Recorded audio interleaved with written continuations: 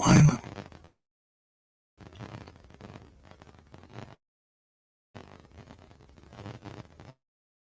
I won't go live. What the hell?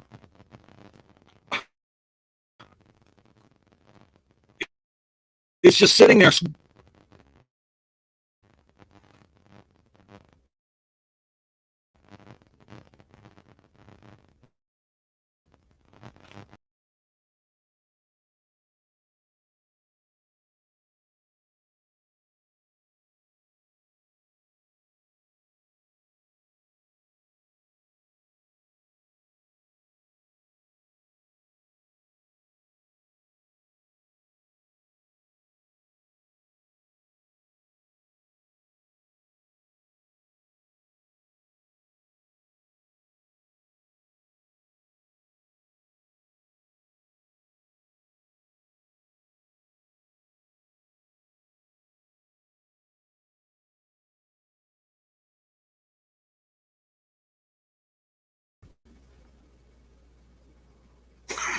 Hello.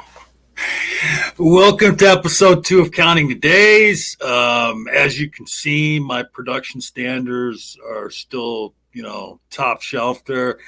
I have no idea. It just went through. Let's see. Synchronicity, whatever. I don't know what but I think he's trying to play on the word synchronicity, and I'm not sure what he was trying to say. But yeah, I have no idea what just got. Hey, what's up, KCA Randy?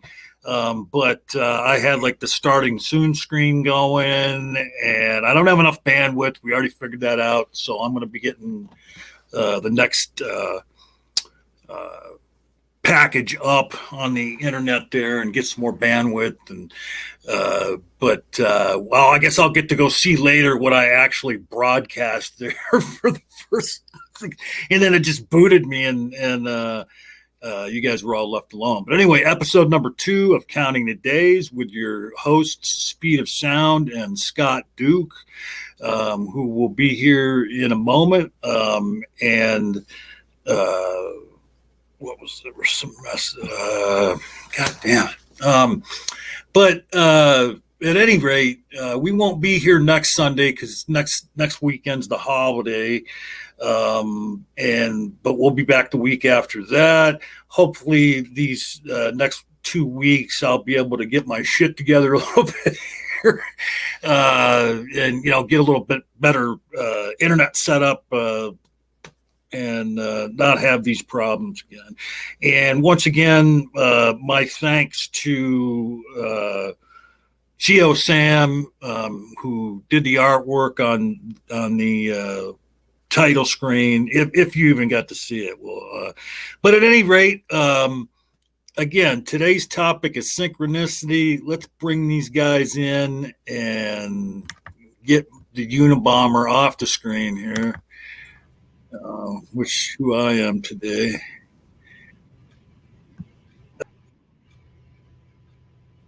And we lost John. Oh, and John's back. And John's back. All right, guys. Hey, but I'm gonna put myself backstage here in a minute. Another spectacular start to the program. I imagine the Peabodys and the Emmys will, be coming pretty soon. Surely based on production values. Production value alone. Yeah. Yep. All right, guys. And then again, let's see if I can work this shit here, because we do have a number, and I did make a banner for it. Where the hell is it? And there's our call-in number. This is a call-in show. We'd love to hear from a theist. We're going to let Mike and Scott start, setting the table as far as this topic goes. And I already made my prediction as to what any theists are going to label synchronicity as. But take it away, Mike and Scott. Okay.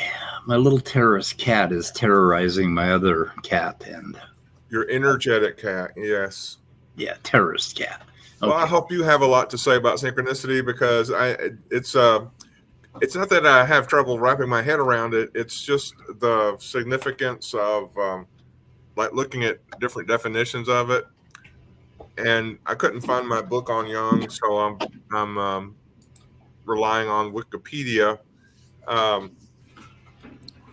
let's see.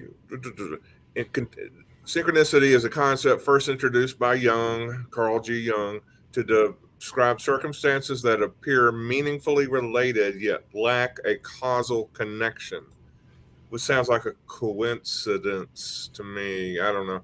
In contemporary research, synchronicity experiences refer to one's subjective experience that coincidences, oh, there's that word, between events in one's mind and the outside world may be causally unrelated to each other, yet have some other unknown connection.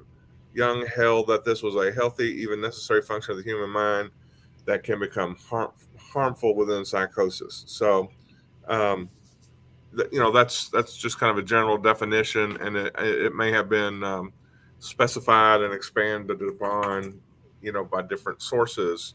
But what I'm thinking is maybe it's just the psychological state of feeling, like there's meaning in everyday events that seem to be nothing other than coincidences, but subjectively you feel like there's a greater meaning to it for whatever reason. So how accurate is that? Well, I was hoping that Jung came up with like a natural version of this, right, or a psychological version of, because that's kind of what it sounds like in the beginning. But then down here at the end, let's see here, Jung used the concept of synchronicity in arguing for the existence of the paranormal. Jesus Christ, why? I mean, like, okay, he says that it's finding a pattern that doesn't seem to be causally related, right? Now, when we say that something isn't causally related, what we mean is that there isn't some local causality going on. Right. Because, to us, causality is always local. We don't look back in the past and determine, well, let's see, mom dropped me on the head here, so then I did this. And then, we don't put together the entire causal chain of the network of the universe, right? Right. Okay. So they're saying that, that we're walking along and we're thinking about something, and then suddenly we see something out there in the world that very much is related to what we were expecting or thinking about. So we see a pattern out in the world that doesn't seem to have any cause. It couldn't possibly have a causal connection to what we were thinking. So we say, oh my God, synchronicity. So, there's synchronous events, that sort of thing, right? Does that make sense? Okay. It makes sense. So it surprises us that there can't be a causal physical connection, and yet we're seeing something that seems very much connected to what we're thinking, right? So is he saying that paranormal activities, ooh, that sounds like a movie, paranormal things are real, or that's kind of the explanation of why we feel like there is paranormal? Well, it seems like what he's saying is that there is a causal connection, and that the fact that you were thinking it somehow made it happen in the universe, right? And that would be paranormal.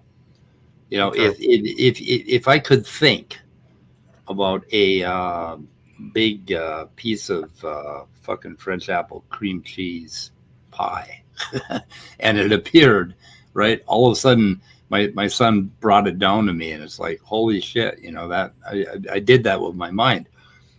So what they're doing is they're finding something that has no causal connection that we can see, and then they're saying, oh, it is causally connected because our mind has intention and we can think things into existence, right? And that is the kind of woo that frankly, watch out for that woo, to put it bluntly, really pisses me off. It's just like it's idiocy, basically. Oh my God, there's something happening on the screen. John is producing in the background there, and we don't know what he's producing. Yeah, but anyway, buffering circle. Oh, there it is. He is producing something. So there it is right there. So explain what happened to you with this, because this right. is very... I keep forgetting about this, and I was supposed to talk about this right from the jump street, and this is what like started all or the second step that started this with me. But all right, what that is that's a stump that is just next to the back porch at my mother's place, the building that her and my stepfather had that my sister now owns, and it has several apartments in it that, and then where their part of the building, their back porch and deck, this is a stump that's just off the side of that. And shortly after I had, a week or two after I had, watched that Stephen Colbert interview and was, moved by that. This stump here, I'd been doing some yard work. There was some weeds growing out of the top of it and everything, and I cleaned it all up. And then I walked by there like several days later, coming from the store, and I set my bags down on the stump, and I looked down, and this is what I seen. Now, the crazy thing about this is it looks like my mother. Okay, when she was younger. In fact, I've got some pictures that I could show. Of course, who knows if I could find them right now. And I was just like, I had a moment. I had a very emotional moment when I found this, and because it got me thinking about my mom again. And so I think the first person I shared it with might have been Mike. But at any rate, I showed it to a lot of different people and in my family and everything, my family members.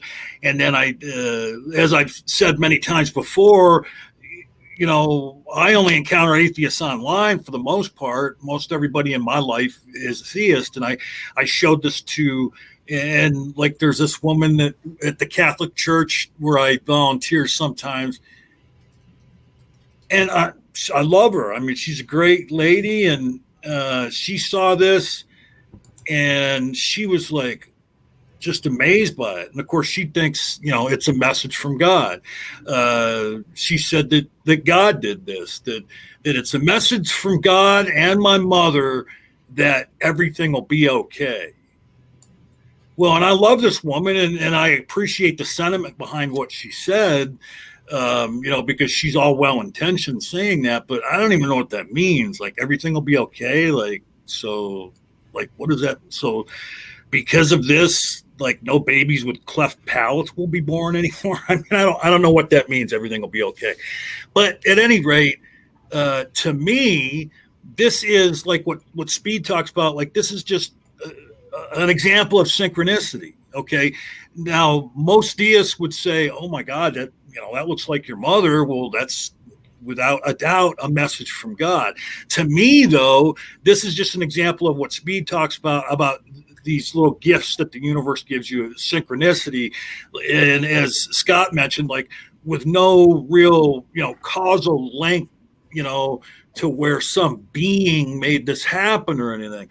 As far as I'm concerned, I can't explain why that happened, but other than to say it was the confluence of natural processes that affected that stump, made it look like it did. When you talk about biological and meteorological and whatever, and then you have to add a really important component to that. Not all just the processes that affected the stump, but then you have to add to that a human mind.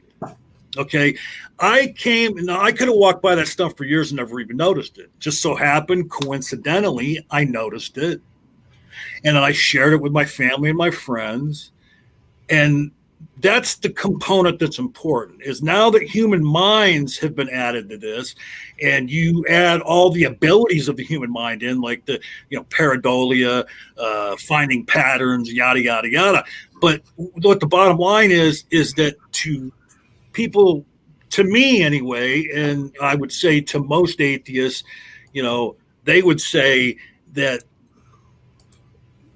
this is just, it's not like a message from anybody. It's not, I kind of lost my train of thought there, but like this is this is what what Speed is kind of talking about, or what I understand from what I've talked to Speed about, is that this is, it's wonderful and I love it, and it made me emotional when I found it. My family loves it, but yeah, so I'm just gonna like trail off there and let these guys go back at it.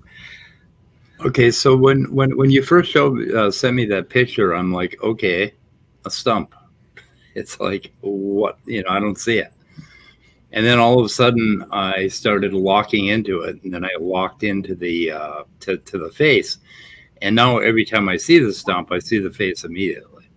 Well, yeah, I definitely saw it as a face immediately. Well, I don't know. I don't know that I did. Like when John first showed it, and I'm not sure where you first showed it at, but when you first showed it, I didn't quite get it as a face, and then it was pointed out, I believe, and then suddenly I can't not see it as a face. So, well, yeah, and then as you can see, like there's a little casting a shadow in front of the face, and it just so happened, that I was there at the right time of day to see it. Right. I mean, it's not other times of day. It's not as visible. Like I've taken people over there to look at it at different times of day, and then I got to pull my phone out and show them the picture because you can't really pick it out. Yeah, and the thing is, it's called bistable perception, and once you lock into it, your brain gets trained to see it in a certain way. If you could make my image here full screen, this is a Rubin vase. And when you look at it, you see a vase at first, some people. But then you look at it, you just fuzz your eyes a little bit, and you'll see two faces looking upward. Oh, yeah, yeah. And you can switch it, right? And they can, basically, they've done, pretty extensive work on brain scanning, people that do this. And like one neural net will lock in, and then the other one will lock in, and they can see it switch back and forth. So they can tell basically what you're looking at almost by which neurons are lighting up. And there's a little bit of there's some complicated neuroscience between all that happens, but no, the thing is that the atheist or the rational naturalist will say, oh, you're not really seeing anything. That stuff isn't really out there in the world. Like when you run into an event that is synchronous with something that you're feeling, thinking, or experiencing, they'll say, oh, it's not really out there. It's just pareidolia, or it's just, and they'll kind of blow it off. But that is also a mistake. Okay. Turning it into something supernatural is a big mistake, but just blowing it off is a mistake too. I will always say that synchronicity is the low-hanging fruit in the universe. Well, sorry, Nara, but okay. So the other thing is like when you talk about pareidolia and other abilities that your mind has, and people want to, just focus on that. That's just part of it. That's just like one of the ingredients. Like your mind, like this has been going on my whole life. Like I would remember being at my grandfather's house and looking at the drapes and seeing faces in the drapes and in the patterns on the drape. You know what I mean? It's just like, it just happens. It's the way your brain works, and you can't just write it off. Oh, it's just pareidolia. It's a lot of different things coming together to make it. And when I was fumbling a minute ago, what I was trying to say is like the reason that stump is an example of synchronicity is the way it works is now because my family's minds are in on it, and other people that have seen its minds are in on it. Because that stump exists and because these minds exist, now that stump has meaning. It wouldn't have had meaning if you don't add the minds to it. It's not that there's this meaning in the universe or, God's out there making meaning out of everything. It's the human minds are what makes the meaning. But anyway. Yeah. And of course my iPad just totally failed.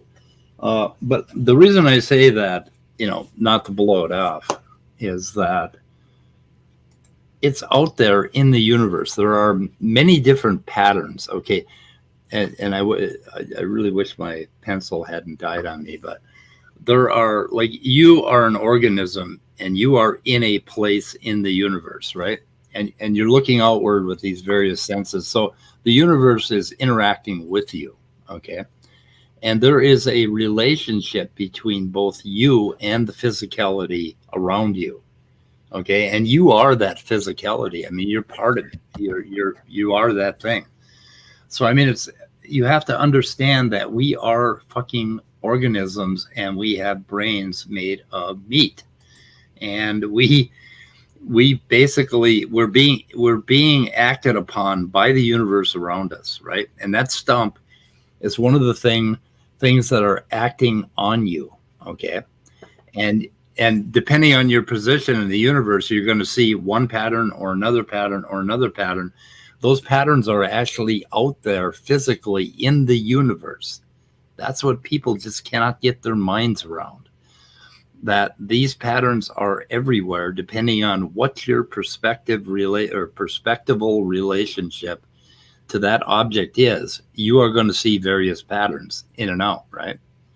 Now, and those perspectives are I don't want to, I guess, colored, coded by your psychological states, your emotional states as well. Yeah, I will totally reject that just out of hand. Fuck psychology. Fuck mental states. I think psychology has a lot to do with what you get out of experiencing synchronicity.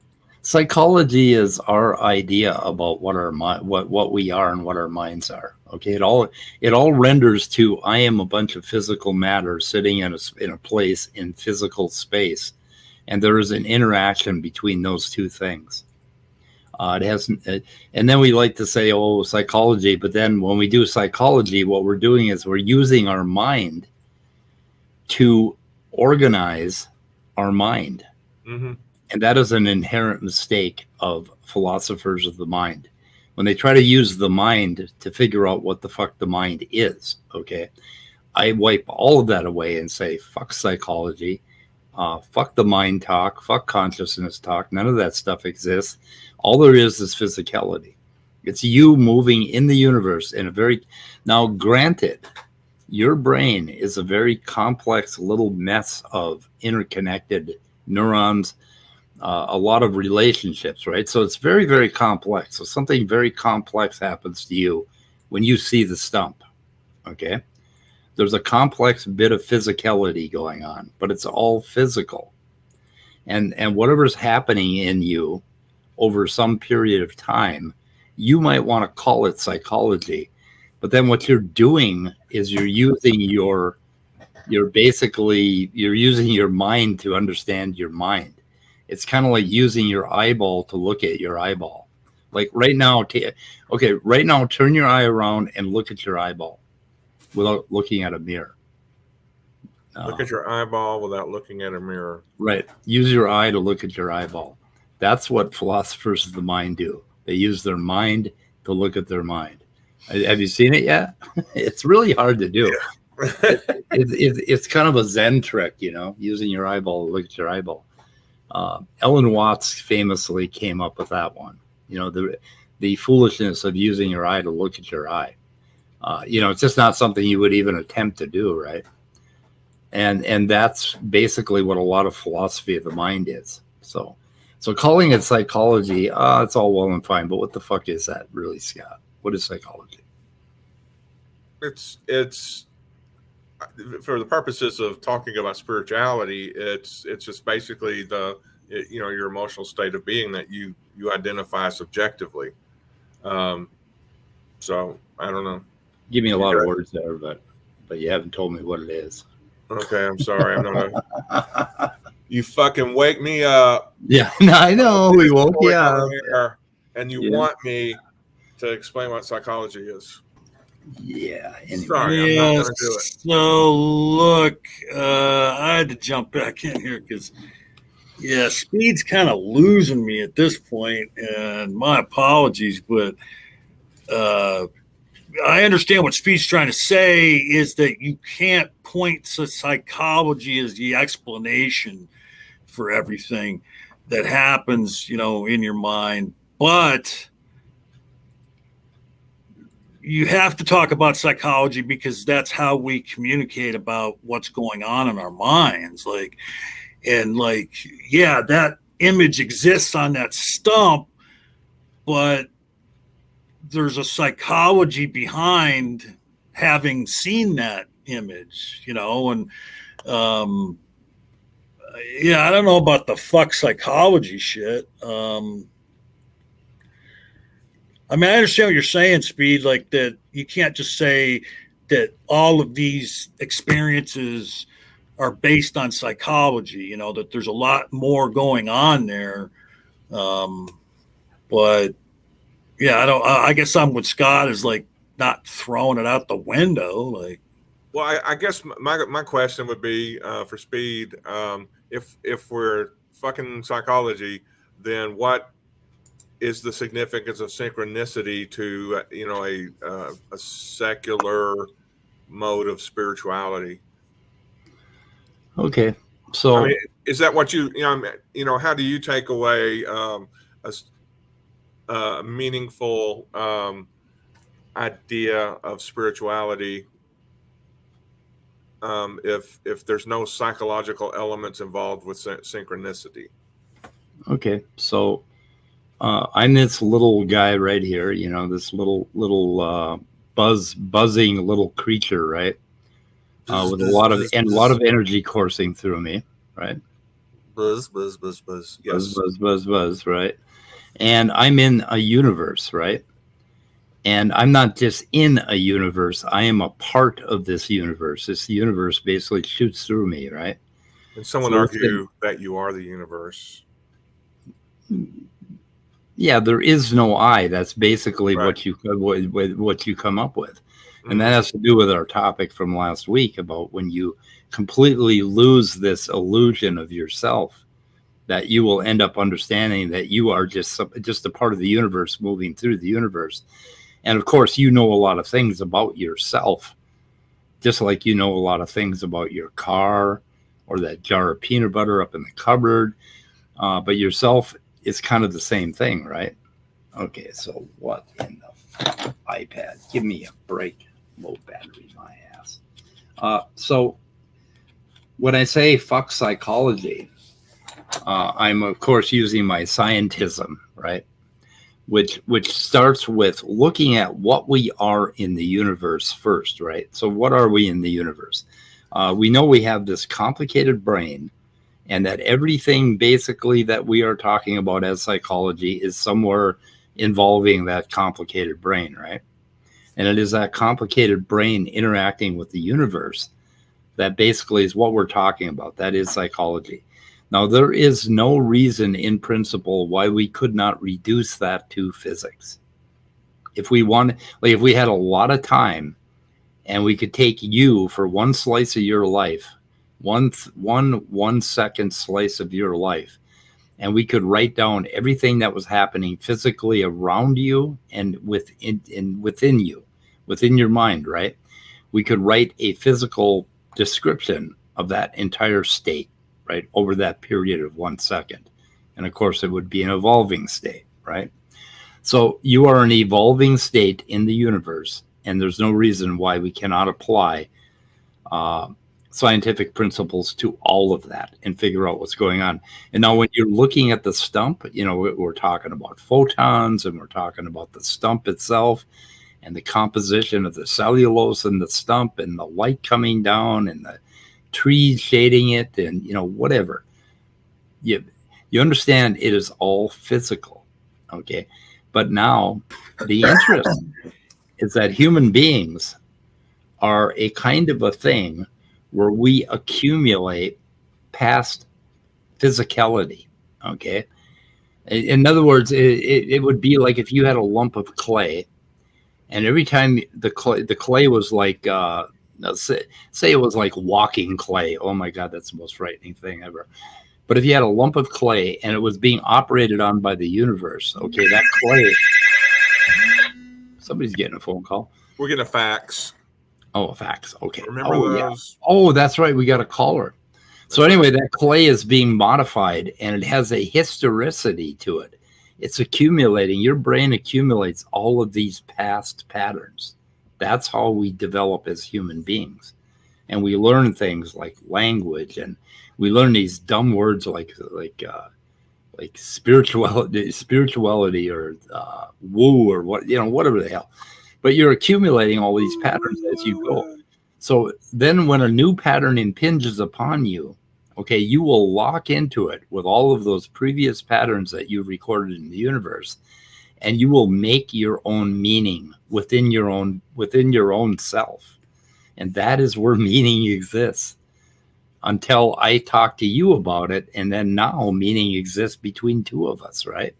So like we're like interchanging patterns and we're interchanging meaning. But it's still, okay, it is all physical, but when you say just physical, like some people like to use the word just when they talk about scientific reduction, and just misses the fucking point by a million miles. Okay, this is so incredibly wonderful what's happening to us. Did you get a call, John, on our... Well, right, yeah, I was waiting for you to take a breath. I didn't want to interrupt you. Plus, I'm having a coughing fit. But yes, I have Doubting Thomas on the line. And I think he has a story that he wanted to share about synchronicity. But go ahead, Doubting Thomas. Can you all hear me? We can hear you. Yes, we can hear you just fine. All right. Dudes, I have a story that happened to me last night. Ooh. This is recent. And it was like fucking, it's one of the wildest things that's ever happened to me in my life. Okay. I've been having trouble. I've been having trouble in my marriage. Okay. I personally have been very depressed. Like I've been dealing with depression all my life, right? Yep. And this last year, like my wife and I are having a pretty rough time right now because of me. Basically, like my depression is dragging her down, right? And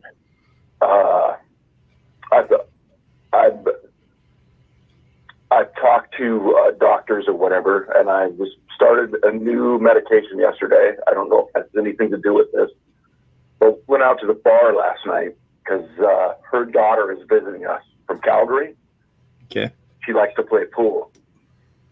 So we went out to the bar, and I was just standing there talking to my wife, and this guy comes up out of fucking nowhere, man. Like he was talking to my wife. He was basically hitting on my wife, which was no big deal. Like we were both pretty flattered about it. And he proceeded to start telling me a story about his life, and his name was Tom too, which was interesting. And he started telling me a story just out of the blue about how he had fucked up and let his wife go, and he was telling me, so you don't fuck up and let you. He basically told the story of my life. Like, this is a complete fucking stranger. I've never seen this guy before. Yeah. And I'm standing next to my wife. And I know, like, she's picking up on this because it's pretty in tuned. And she's pretty in tuned. And I'm listening to this guy, and I'm thinking to myself, are you fucking kidding me, man? Like, and I didn't say anything to the guy, but like, as he's talking to me, I'm thinking, dude, you were fucking look right through me right now. Like, telling everything that's gone on in my life. It was just like, I could pass it off as coincidence, right? You know what I'm saying? I could very easily say that was just coincidence or whatever. And I'm not saying it was like a spiritual experience, but it was a moment of fucking, it was, I don't know if it wasn't synchronicity, I don't know what the fuck it was, right? Mm-hmm. And I just had to share that with you. And I was actually thinking about, God, I got to fucking tell Speed and the guys about this. And then I realized, fucking Sunday morning and you're on, right? Yeah. That's right. So anyway.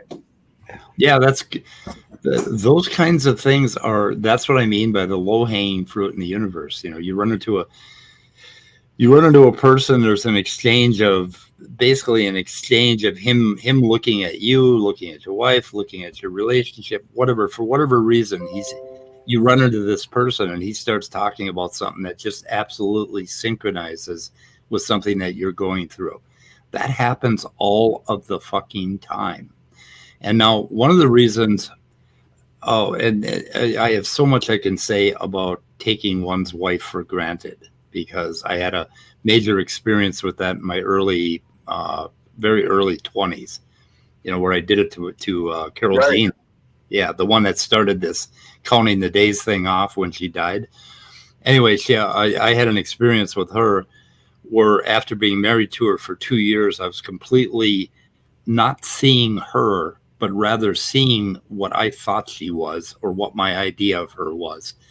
And so I kind of fell out of love with her, right? Well, then we got into this whole hippie psychedelic thing, and we had some experiences. And what LSD does is it turns all of your senses on so that you shut the fuck up and you start seeing what's around you. And I started seeing her. And once I saw her, it was just like with the Reuben vase, right? I could not stop seeing her for who she was. And it completely changed my being in love with her. I was totally in love with her again, as if I had never laid eyes up on her before. And that went for 2 years. Wow. Before alcoholism fucked it up. But, alcoholism does tend to intervene. But I mean, so that experience, but it's the same thing when you say what happened to you in the bar last night with this guy, when you say it's just a coincidence. Well, what the fuck is a coincidence? It's basically two patterns that happen together, right? Why are we using, just as a 4-letter word? We're almost saying, oh, fuck that experience. Right. It's just a coincidence. That's what I mean by atheism often missing the mark. When you get into this like rational view of the universe, you tend to miss the mark. You can't say, oh, that was just an event or just an emotion, right? Fuck you. Right. Yeah, it's not just, right? So what happened to you was like a significant piece of your life, and your life is just all patterns all the way down, right? Right. I thought it was turtles all the way down. No, it's all patterns all the way down. I put something else in the side chat out there too. Like I came as close to seeing an aura as I ever had last night. Yeah. Like I was outside, and this was a different person. I was outside, and he was talking, and all of a sudden, like there was sky in the background behind this guy. We were out on the deck, and all of a sudden, everything except this gentleman like disappeared. Like the whole background, the sky, everything went blurry, and I was able to see just this individual. And my wife basically put it like you were in the now, like you were actually in the fucking present moment, right? If that makes any sense. Like everything else, it was like if you were watching TV and the whole screen went blank behind the person that was on the TV, and you were just seeing the silhouette of that person. Right. Mm-hmm. I sound like I'm crazy right now, man, but it blew me away, man. Like I almost had at one point I thought I was dying. Like, is this what it's like? Is this what people see when they're fucking dying, man? It was weird. Like I almost had to tell my wife, I think I'm fucking having a heart attack or I'm losing my mind, man. Right? Yeah. Well, anyway, yeah. It could be that you're on the verge of a wonderful experience that very few people have, called a nervous breakdown. Or somebody roofied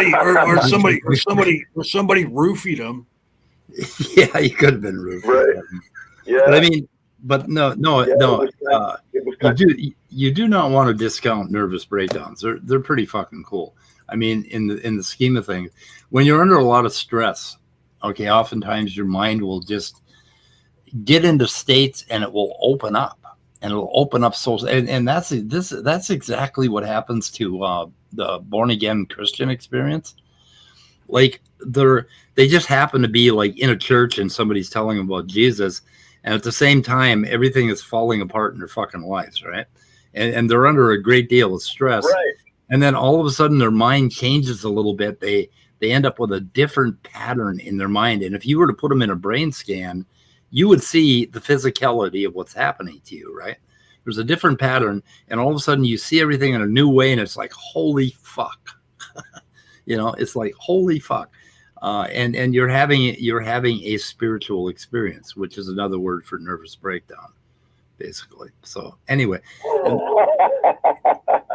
but it's a good thing. It's a good thing. That before, but that makes sense. A spiritual awakening is a fucking breakdown. Yeah, it definitely is. Yeah, and nervous breakdowns they get a lot of bad press, but they're good things. Right. I'm calling this a story of two Toms. Right. All right. I'm going to go. I got things to do. I'm going to listen to the outfit after a while, but I had to share that with somebody, man. And what better place than you guys? Well, we appreciate you sharing it, and it will make me be thinking about things quite deeply. Reach out on email. We have to talk privately about that other thing. Okay. Okay. For sure. Okay. Sure. All right. Thanks for calling in, Thomas. Yes. Have a great day, John and Scott and Mike. Okay. Yep. You as well. You as well. Has anybody realized yet that it's not a good idea to talk to me in the morning? Because I'm kind of like on in the morning. Well, like, what the fuck, man? Like, when we conceived of this, it was like we figured our old brains would be working better in the morning. And then here I fall apart. And now you're saying that. Well, no, it's not what I'm saying is it's not a good thing to have my brain working well. Okay, that can be detrimental.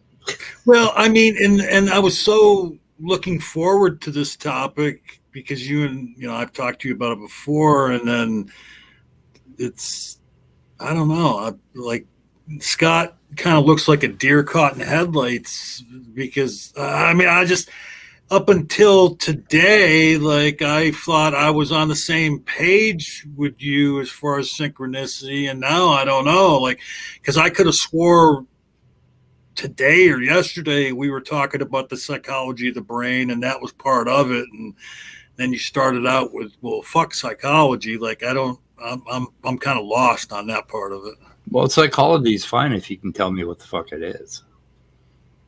It's just it's a way to talk about what your brain is doing, basically, and what, how the world around you is affecting your brain, basically. Yeah, it's kind of, so the problem with it is that, okay, we have psychology and we got down here we got emotions, but there isn't really such a thing. So we have all these words for things that go on between us, and it's ingrained in our culture, and it's ingrained in our language. And the way we think about our minds is basically something that is linguo-cultural. It's linguistic and cultural, okay? And it is not necessarily very good for you when you're trying to get down to what is really going on in the universe, what's really happening in your life, right? So we have all of these, like shit. You remember what the fuck's his name? My high school principal. Who the fuck used to call him Freud? Freud. Oh, my friend's father used to call Sigmund Freud Freud. Anyway, we have the id and the ego, and we have all of these constructs we've come up with. But what I'm saying is that those things have a physical reality in neuroscience, in our lives, and you would have a fuck of a time trying to find the id or the ego or these emotions when you look at it physically, right? And so what I'm suggesting is that we broaden our perspective and get out more deeply into the physical universe, into naturalism, and start looking at how fucking complex and wonderfully patterned all of this is. Okay. I mean, if you look at a field of stars, you can find all of these relationships and patterns, but it is still a field of stars. Those stars are really out there delivering their light in that certain pattern. And you're this machine that is recording those patterns and interacting with them. And that's what we are. We're like we're like a hot little spot in the universe that interacts with everything around us and records our history. So it builds up. So the complexity of being a human being is just immensely wonderful, in that we can accumulate synchronicity all through our lives. Basically, when you learn a word, what you're doing is accumulating synchronicity, because your parents said it here and they said it there and somebody else said it here, and you're putting all that together and you're deriving a connection, right? And you are doing that. You are this hot little monster, this little being that's just like boiling chemicals, making, doing all of this patterning with the universe around you. Does that make sense? And you don't need to, if you say, I mean, what I'm like what I would agree with is that no matter what phenomenon you're talking about, you could reduce it to its physical components. Like the human mind has a physical basis in your brain.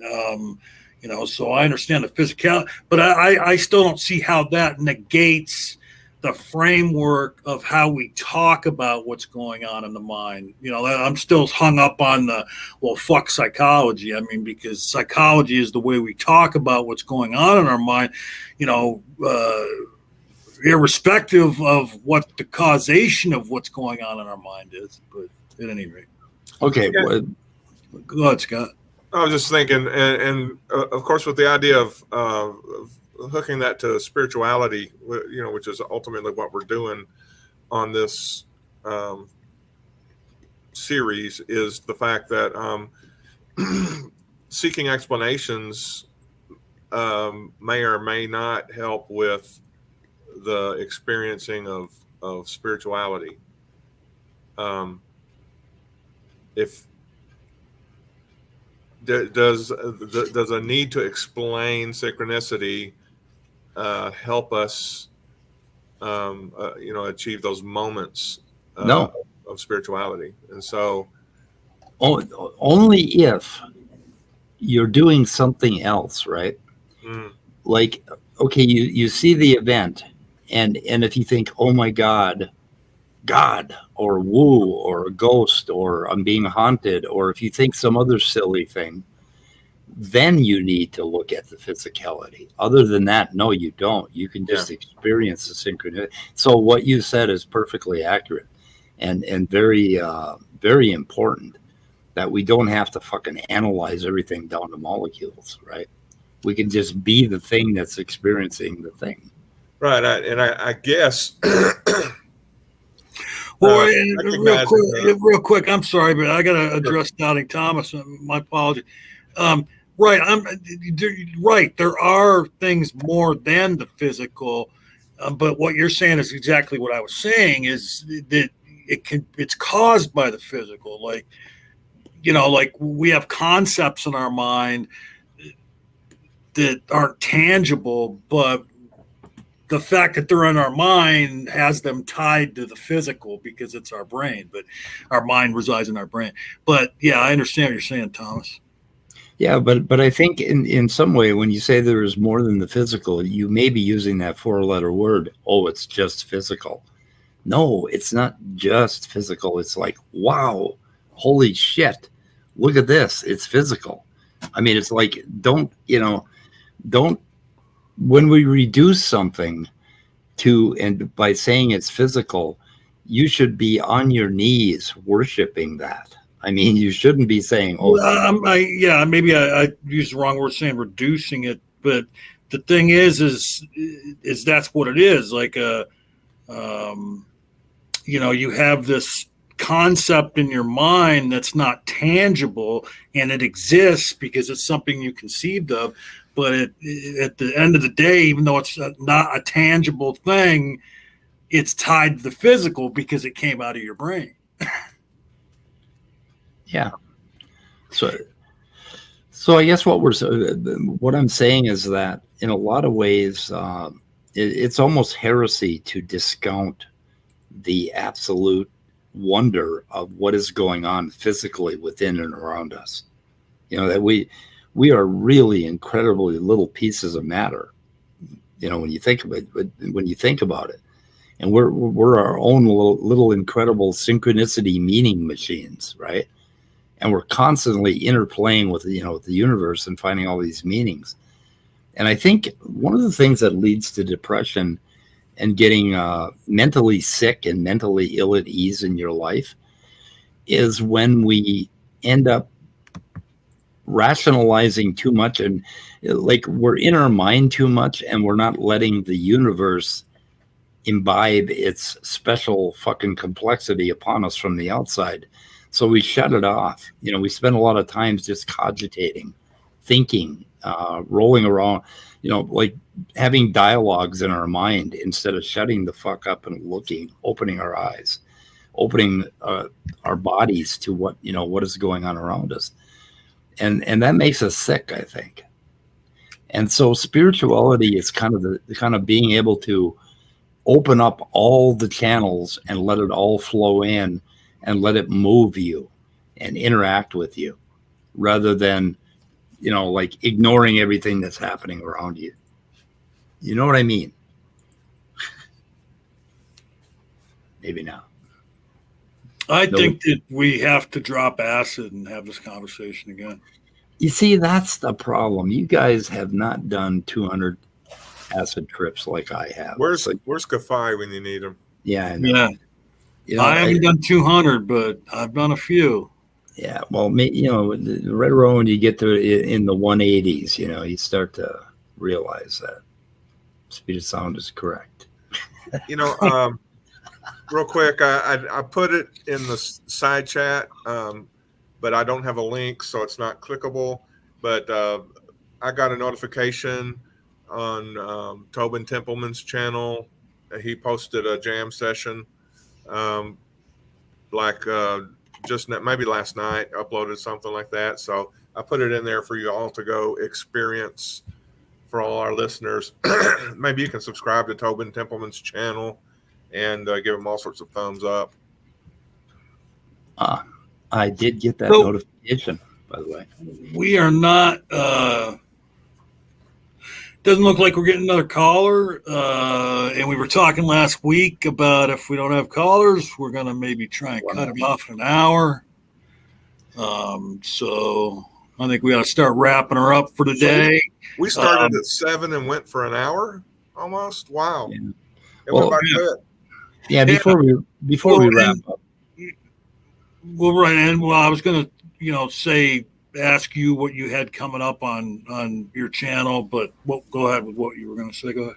Oh, weather report tomorrow, possibly a cancellation of the weather report again on Wednesday, and going to premiere this, I think, at 7 p.m. tonight after I can download it. And I just wanted to apologize to Scott for me jumping in and saying fuck psychology, but I'm trying to make a point.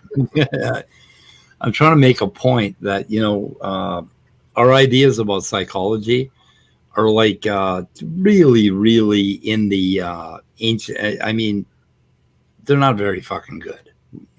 Most of the time, psychologists are talking out of their asses. The other thing, my question is did you get consent from psychology before you fucked it? Consent is a very important factor. Now I feel bad. Yeah, there was no consent. Feel kind of icky. I just kind of. We need to get a psychologist in here to help you work through that. Yes. Okay. Well, let's get a psychologist. Oh God, I got some friends that are psychologists that are not going to like me today. anyway. So so watch the weather report, which is why when I put in the description, I put Monday, Wednesday, and Fridays, and I added to it, or whenever they decide to stream. And the reason I did that, there was an example of it yesterday. It wasn't no Monday, Wednesday, Friday yesterday, but there was something on the channel. I don't know if you call it the weather report, but yeah. No, that was a Rationality Rules rant. But, Yeah. oh, okay. Not rationality. What's Andrew Cummings? Rational empiricist? Or? Yeah, rational empiricist rant. Rational empiricist rants. Yep, it was on geology. We did that. Yeah, it was actually a very well put together rant. and I was kind of proud of Andrew. I mean, he knows he knows a lot of shit. Yeah. Who the hell's saying? Somebody's saying still running from Jill. Who are they talking to? I don't know. Yeah, Gummy Bear. Interesting. Still Who's running Gummy from Bear? Jill. Who's running from Jill? Who would be running from Jill? Anyway, to plug that episode last night with Andrew, he and Orge did a really good job of exposing some of this bullshit that you're getting from the geologists or so-called geologists on Standing for Truth's channel, and people should watch that. It is just, the bullshit is thick over there on Standing for Truth. The bullshit is strong in this one. Yeah. So anyway. Oh, Master, I cannot get the fruit out of the jar. So anyway, okay, just summarize what I was saying. Naturalism fucking rocks. The universe is wonderfully and awesomely complex. Don't ignore that shit. You don't need anything other than naturalism or the physical to have unbelievable meaning in your life, to see patterns, to find synchronicity in the universe. All you have to do is just fuck around, change your mind a little bit, and open yourself up to the wonders that is physicality and naturalism. And there is no goddamn woo. Real quick inquiry. Did you have your coffee this morning? Me? Yeah. I have had a lot of coffee. You've had a lot of... Okay, that may be the explanation. I had coffee. A lot of fucking coffee. Plus, I've been partaking of my medicine all morning. Yeah. I got to take some medicine before. Somebody woke me up suddenly, and which is good because I don't know why my alarm didn't go off. Or it says it did. Maybe I just was too deep in my my subconscious to hear it, and didn't get to take my morning meds. Scott, okay, you've heard of a French press, right? You take a bunch of you take like a pound of coffee grounds and you put hot water on it and you let it cook for a long time. Right. You get all like caffeine, and then you squeeze it out like a French press, right? And you've heard of an IV bag, right? An IV where you stick it right into your vein. Okay, put the two concepts together. Okay, put some coffee in my veins. French press the coffee into your veins directly.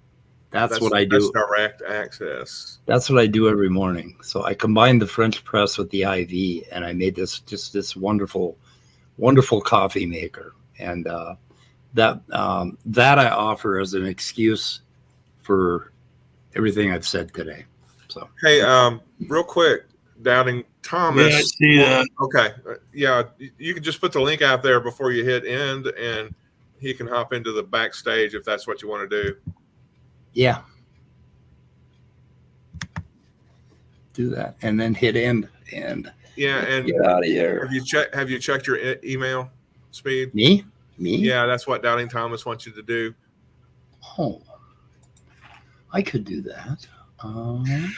So, all right, come on in, Doubting Thomas, and I'll put you backstage before I get out of here because I'm going to be leaving as soon as we end this. I got some shit to do. But, so, again, we'll be back in 2 weeks. Kind of got an idea percolating for a topic, but Mike didn't seem too impressed with it, but we'll figure something out. Thanks for being here. Check us out on Twitter. We post on Twitter every day with how many days old we are.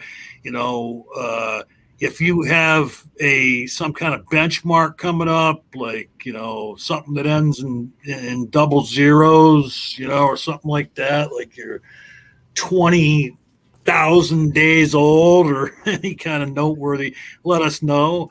Go over to Twitter and tweet out how many days old you are every day with us if you'd like to, and count the days with us and make every day count. And everybody have a good rest of your weekend. Bye. See